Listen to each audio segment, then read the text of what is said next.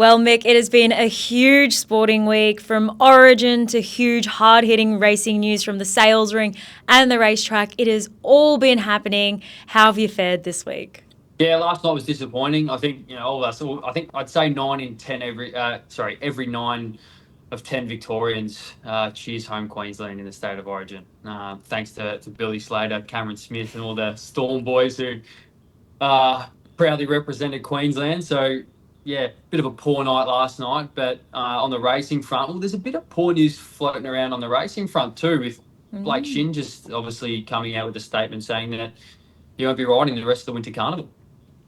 Yeah, it's a huge outcome considering obviously earlier in the week he had an incident at the trials and he said that he'd be back for the weekend. I don't think any of us expected that it would actually be his potential season ender. It's a huge loss for the industry at the moment. Yeah, it is. I always try and find the good thing out of a story like this, and in this case, think about Blake's obviously got a number of key bookings across the weekend, or across the meeting, I should say, at Eagle Farm.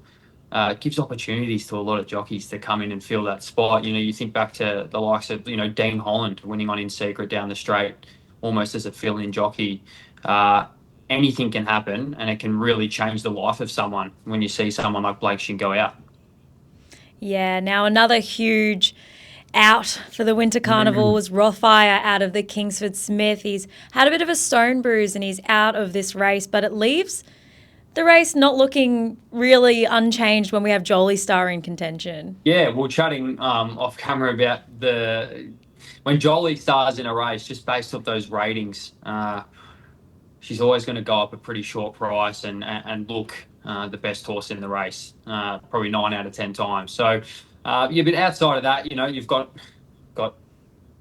Giga Kick, you've got Private Eye, you've got Benedetta. There's still plenty of class in the race, but Rothfire was definitely one of the major hopes, considering the recent form, being able to back up and also being able to hold off a number of Group One horses on speed.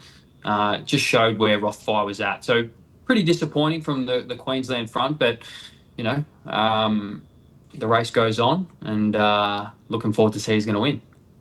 Yeah, at least we know it's only a minor injury. He'll be back for the Stradbroke and the whole of Queensland will be cheering him on there. But this race is just a huge warm up as we lead into the Derby. But between the likes of Jolie Star, like you said, we've got Giga Kick, Benedetta. We even have Basusto, who I think is a serious contender here. But even Payline, we're not seeing him at 100 to 1 like we did last start. But that $21 that we have at the moment still seems like a huge price considering that run last out. Yeah, definitely good place odds, I'd say. I worry if Payline can peak, twice in a row this close in between runs too. Probably hasn't done it before at this level anyway. Probably definitely hasn't. But I'd love to be proven wrong, especially, how can you doubt this stable?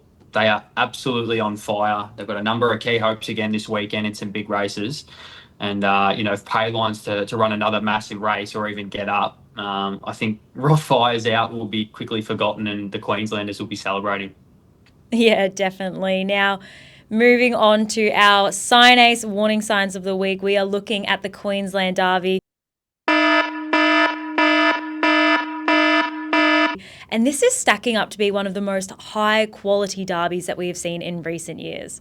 Absolutely. It's a stacked race. And, the whole concept of warning signs is to find who are the main contenders, who are the threats from each individual state. And there are so many threats and different form lines. There's horses I've looked at that I can't even get a proper gauge on how they're going to run. There's horses that have been turning up every second or third run, changing their race pattern.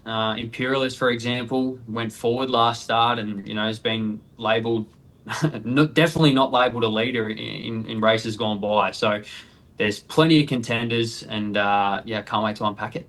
Well, Deep Focus for Paul Shaler is looking like our leading Queensland hope. He put in a huge run surging from behind in the Rough Habit last out. To me, he definitely looks like he can run down the rest of the field here. Yeah, definitely. I think, although the rise in distance for me looks very suited, despite the bloodlines not suggesting that'd be the case. I think He usually seems to find one or two better, and it comes with that racing pattern. And with the wide barrier, I think he might be pretty far back. He could probably it's an easy to say that he's going to be pretty far back. And I think there's going to be a whole lot of classy 3-year-olds that Deep Focus is going to be running down or attempting to run down. But there's no way I can count out Deep Focus and the Shayla team on fire. I do think all going to plan that Deep Focus can feature, but the warning signs in this race, as I said before, they're flashing fast and they're flashing bright in this edition of the Derby. Yeah, they are. For me, I don't think that the wide barrier for Deep Focus is going to be too much of a concern, particularly over this distance. I truly believe the Eagle Farm Straight is really going to suit him, gives him plenty of time to wind into his run, similar to what we saw in the Rough Habit, and hopefully he can flash home late. But this will put a real bow on the whole season that the Team Shayla has experienced. He broke his maiden earlier this prep, first out, and then to go on and potentially win a Derby, he's already had a massive preparation. And this will be Paul Shayla's very first Group 1 runner, I believe. So it's a very exciting time for the whole team. But his old boss in Chris Waller sends out a huge runner in Imperialist, which looks like it could cause a real stir in this race. Yeah, definitely a warning sign. I think anytime Chris Waller's got a runner in a Group 1, it's a big warning sign. It brings the Chanois form from the autumn from down in Melbourne. But outside of that, I actually struggled. I struggled to get a really good read on this horse. I've got no idea what to expect. His best is definitely proven. Against a lot of top hopes. But I guess it comes down to how long can a horse stay up for. He's been up a very long time. So I guess Wallace said, why not have a crack at a Group 1, especially after its last win, went forward. That's a question. Does he lead? Does he slot in somewhere and take off early and try to catch a few napping? Especially a horse like Deep Focus, who, he did that perfectly last time. And, as you can tell by the sound of my voice, and I don't really have too much of an idea with this horse, but, I suggest he probably tries to do it again from the front. It's not drawn great to have that sort of run, but if they can get out early and get some speed into the race, and once again, as I said, take off and try to catch a few of them napping, worked a treat last up. Team Yulong, they started out looking like they wouldn't have a runner in this race, and now they have a great chance following the Magic Millions broodmare sale. I know you have huge raps on this mare. Yeah, definitely. Repping Victoria and now Yulong. Feminile, massive warning sign once again. Fresh off the win in the SA Derby, seems to handle all surfaces.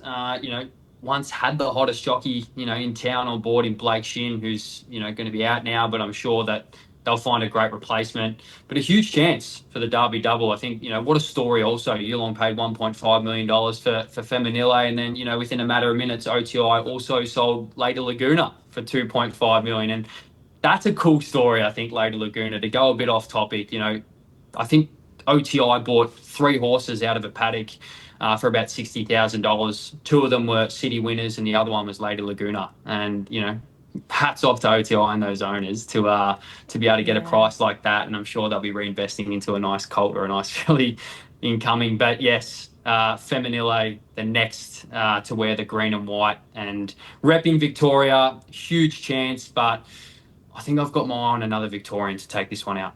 Oh, who are you with? I'll be with Statuario, the grey. I think Statuario is the biggest danger in the race.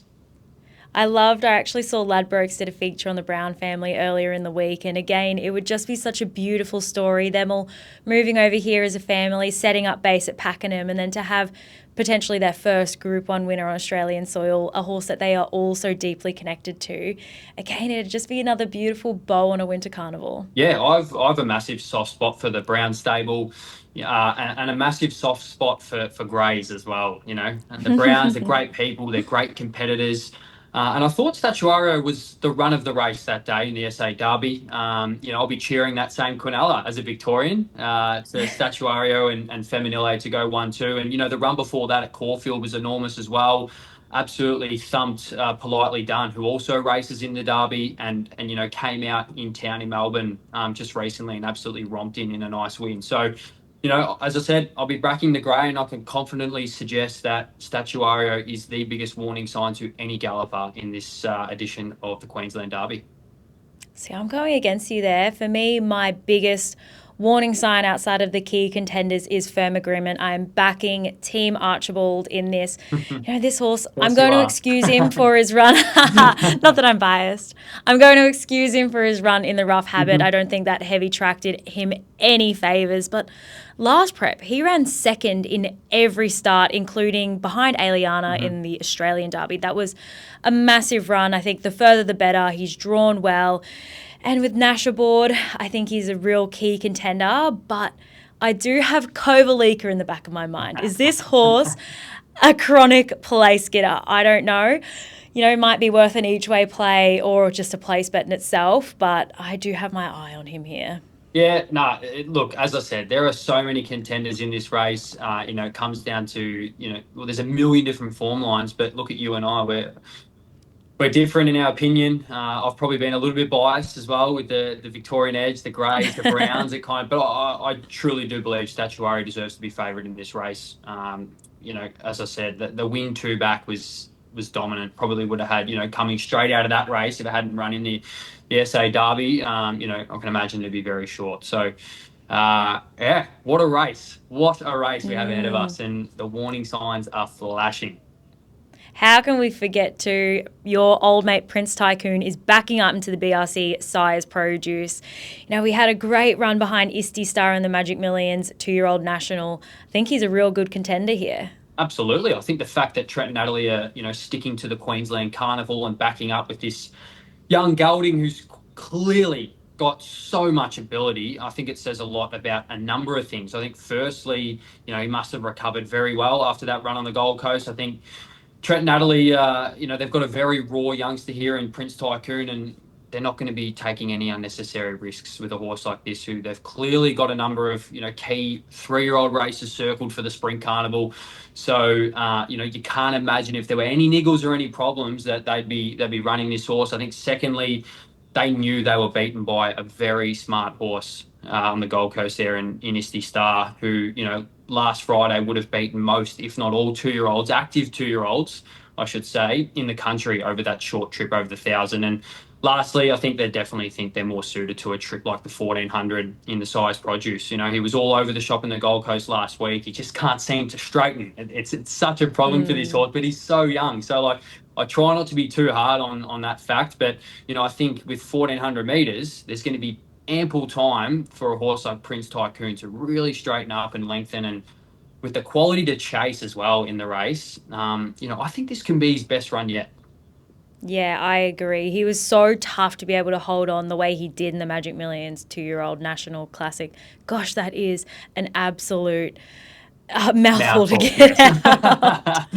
But they were absolutely humming early, and for him to still find the line the way he did, I definitely think he's going to appreciate extending over the 1,400 metres and even potentially to the mile, like we'll see in the JJ should he continue on that path. Now, the Eagle Farm Straight, I know I said it before and I'll say it again, I think he will love it. Plenty of room to wind into his run. As you said, he struggles to balance up, and that wide sweeping turn will really only benefit him here.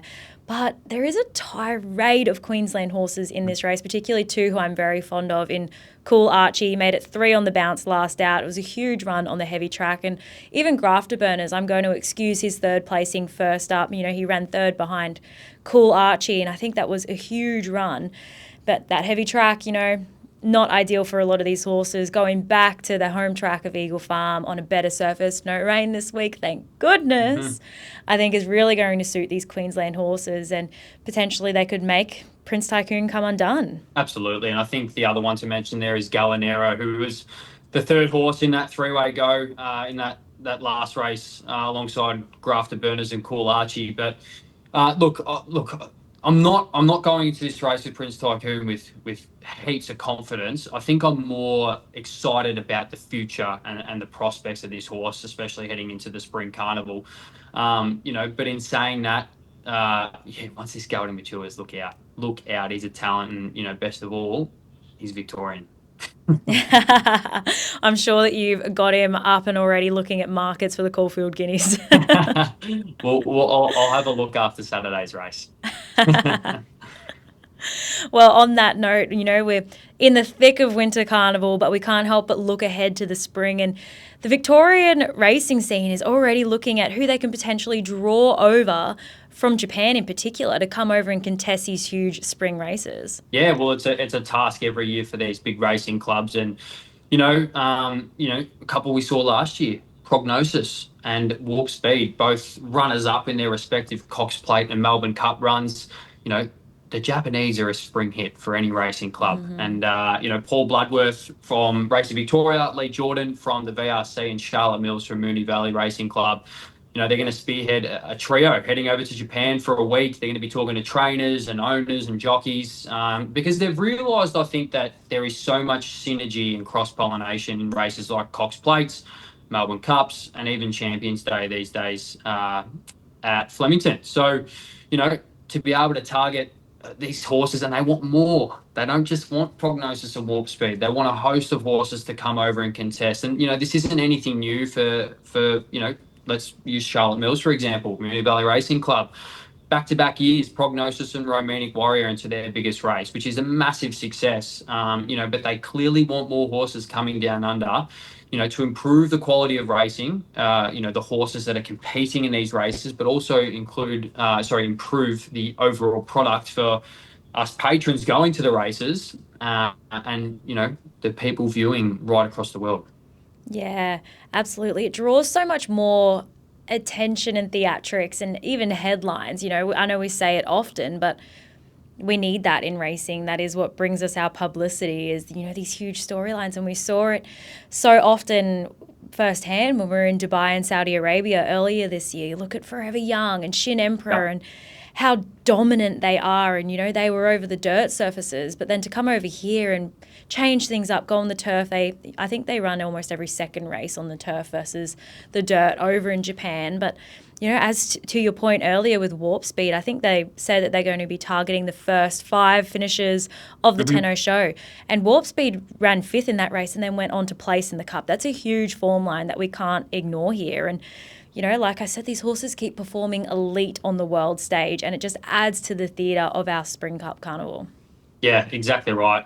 If they can get 3 of those horses who finish top 5 in the Tenno show, it might be a nice little bet for the trifecta for the Melbourne Cup, I think, because they are a dominant racing jurisdiction over there in Japan. And, I wonder how Damien Lane's feeling about all this. Is he excited that he's going to be, he's probably going to get the gig aboard the best import to come over from Japan, but is he at the same time like, let's not show too many of these Aussie jockeys what it's like to ride on these Japanese stars, to be a part of these Japanese racing communities, to win and, to get these opportunities over in Japan. Mick D's obviously caught on. He was over there last weekend with Damien Lane. But they're super horses, and I can only imagine that plenty of Aussie jockeys, as soon as those announcements come through, they're going to be dying to get on top of those horses.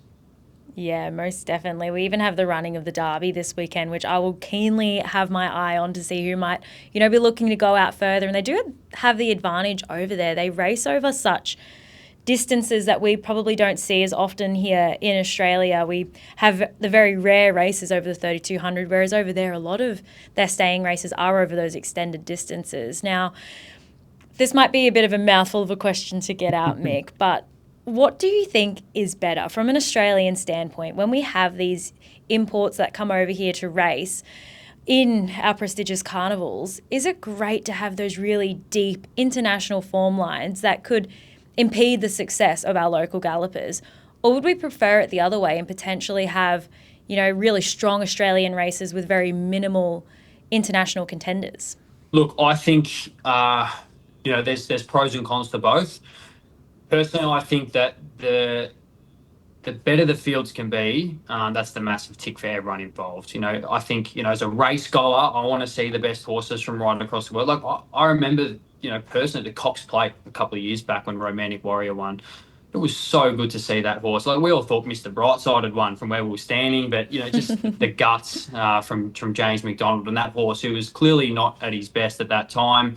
To see these horses, that's what drags people to the races, because a race goer like myself can easily set up in front of a really nice screen, have an esky of cold beers next to me that I'm not paying, $10, $12 for, and watch that race on TV. But, Romantic Warrior, horses like that, especially the ones who potentially might come over from Japan, they draw people to the races. I think that's a massive positive from that standpoint. And then if you're going to look at it from, a competitive standpoint, if these internationals keep coming over and winning our big races, it might actually, cause a little bit of change in how we breed and how we, decide to purchase horses, or because, we've really fallen away across those, middle to staying distances from Australian representation, where we've had to resort to buying horses from overseas who, eventually become Australians, but, they weren't bred here. It might cause a change. It might, bring a fire in the belly of some Aussie trainers to say, let's bring this back to Australia.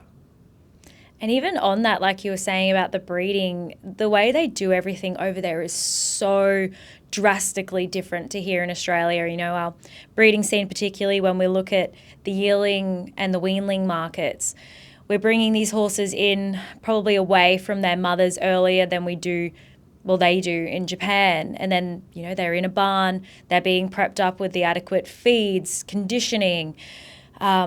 Whereas over in Japan, it's a bit more of a natural, prolonged experience. You'll go, if you want to buy a yearling, you go out to the paddock, you inspect them in the paddock as they are. There's no beefing up or conditioning or even, everything we do to make their coats glimmer at the yearling sales here in Australia. They don't do in Japan. You buy the horse as is.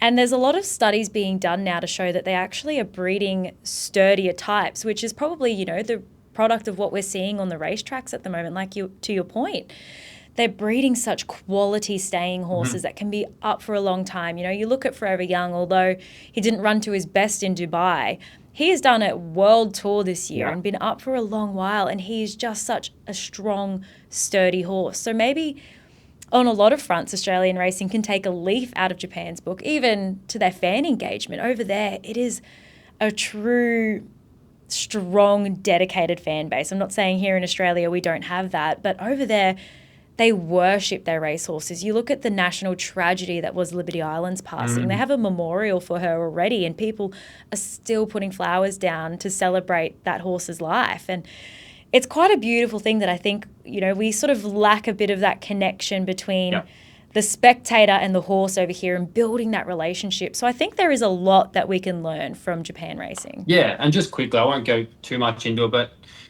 we do tend to breed for these 2-year-olds, and we do tend to buy for these 2-year-olds. And we've spoken about it many times. A lot of them, especially those colts, they get tipped out at a very young age. If a horse is only running for a year and a half, how are you meant to develop that relationship as a fan with the equine athlete? It doesn't happen. So, I guess what you were saying, it just comes down to the fact that they're tougher horses. It's just tougher over there, and I think it's the same in the UK too. Those horses, they do tougher training. They probably have tougher weather conditions. They tend to travel a lot more. I think there's a lot to be answered to here in Australia, and I think having these quality horses in our races, and the fact that they're going to continue to win if they're able to lure them over here, might cause a bit of a change. Who's going to be the one to change? Is it going to be the trainers? Is it going to be the racing jurisdictions? Is it going to be the fans who are demanding to see more trainers breed these Australian stayers and have them winning our big races like the Melbourne Cup? I certainly hope so. Even just having an Australian horse that is a globetrotter. Look at the success that Asfoora had, both in the media and on the tracks going over to the UK. I think we need a flag bearer for our country, and I'm excited to see who that could potentially be in the future. Now, whilst we're talking about Victoria, there has been some exciting news from Flemington. They are going to be hosting a New Year's Eve Twilight meeting. This seems like a brilliant idea to me. Yeah, I can't tell you the amount of times I've heard people discussing the prospect of twilight or even night racing at Flemington, and it's usually while you're at the races at Flemington. You might be, in the new building, up high looking over the track, and it always seems to be a topic of discussion at the end of the day. It's might be the odd, how good would it be if they could run under lights here, or why don't they run at night here? But more recently, it's been people talking about the fact that they've heard that the VRC are going to be doing twilight racing, and it's finally here. It's the news of the last 24 hours down here in Melbourne is all about this. The new kind of structure to Racing Victoria's racing program, and one of those key changes is the fact that a famous part of the Victorian fixture is the New Year's Day meeting, which is now a New Year's Eve meeting. And yeah, I think if the VRC is in search of the youth and bigger crowds and turnover, I think the trial of new ideas like this is essential. And the idea of getting away over summer is starting to become a bit of a luxury for most people due to the cost and due to the requirement to work. So this sounds like a good idea for many young people and young families who can't get away. They're in Melbourne for New Year's Eve, and they can see a few listed races. They can see the sunshine and then see the sunset. I know someone like Jack Jenkins is a big advocate for this.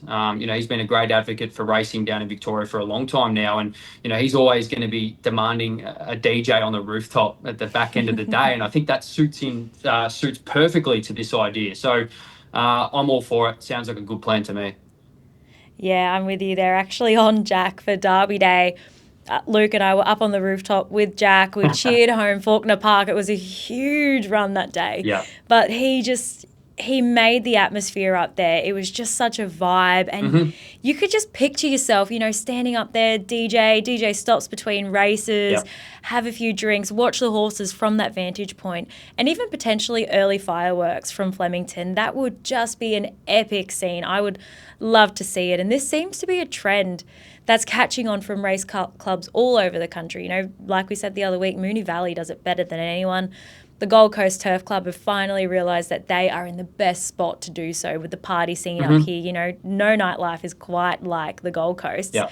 And now Flemington, I think this is a really key point in drawing a new, younger demographic to the races. Do you believe so also? Yeah, definitely. There's something about, the night sky that kind of excites younger people. They love to get out and, be amongst that atmosphere. And I think just as a racing fan, even if you're not, a diehard racing fan, if you see footage of, night racing in Hong Kong, just that alone, if you don't look at that and say, I want to go there, then you're probably not truly a sports fan. I think that's one of the biggest attractions for any racing fan or people who are interested in racing is to get over to Hong Kong for one of those night meetings and just be under the lights, be under the bright lights and be a part of that atmosphere, all the different, features that those clubs bring to the racetrack outside of what's going on the turf.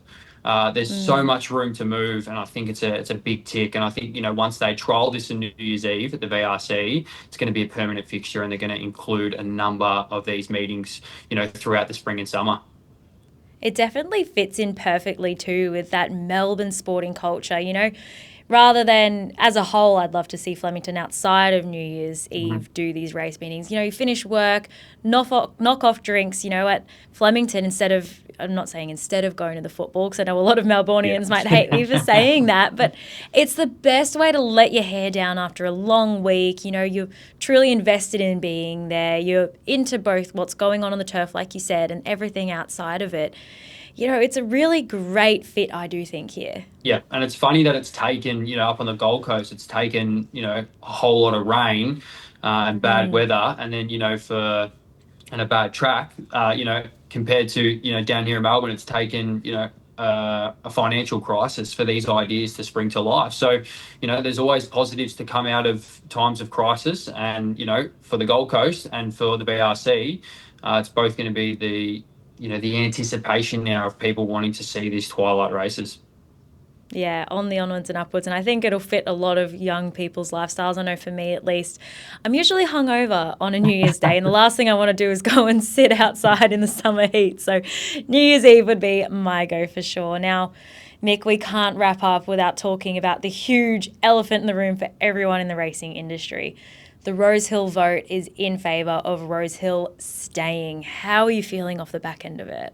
I think the thing that stood out to me the most was the fact that I think only 7,800 of the 11,500 members actually voted. Memberships at turf clubs like this aren't cheap.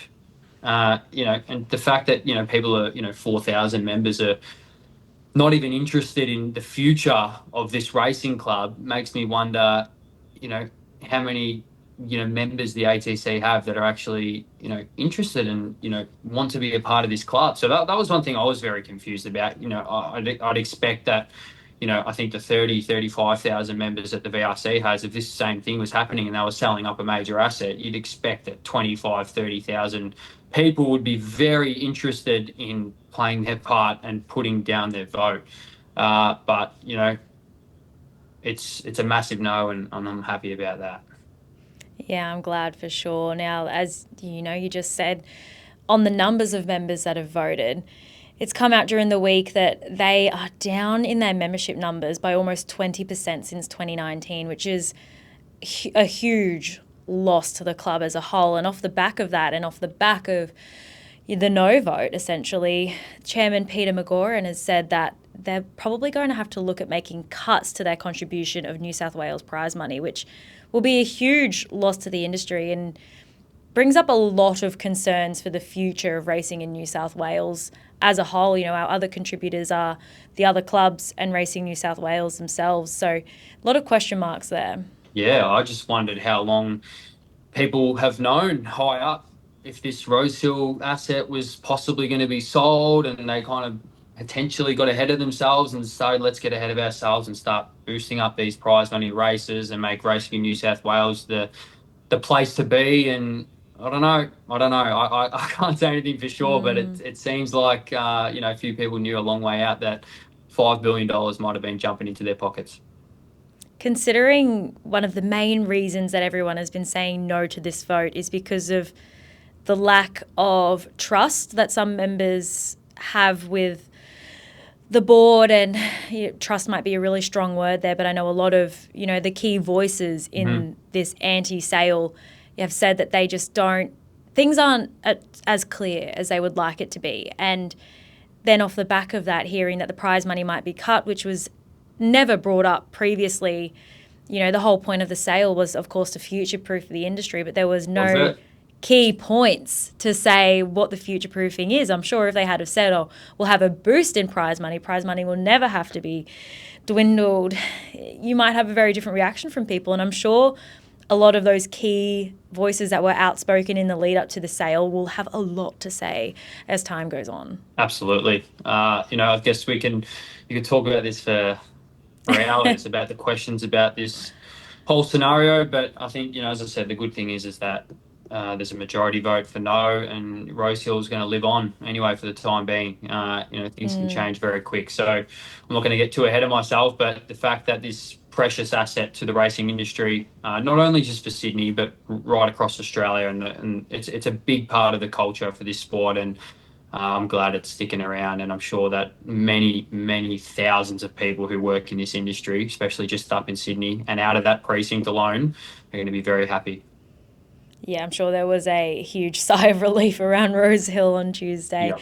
Now, before we wrap up, onto a lighter note, what is your highlight of racing or sports this weekend? The size. I'm really keen to see Prince Tycoon. As I said, my confidence isn't too high, but I truly believe this horse has got so much ability. It's just something, in the way that, a young gelding or a young colt, the way that they run like a goofball, but just, that, if they get it right and they can extend and, just mature just that extra little bit in between the ears, and also physically, that anything's possible. And I've got that thought about Prince Tycoon, and I'm hoping that 1400 metre distance can really help him, get into that stride and, really knuckle down and chase down some good horses like Gallo Nero and Grafter Burners and Cool Archie, who are going to be probably on speed and looking the winners, in that last furlong.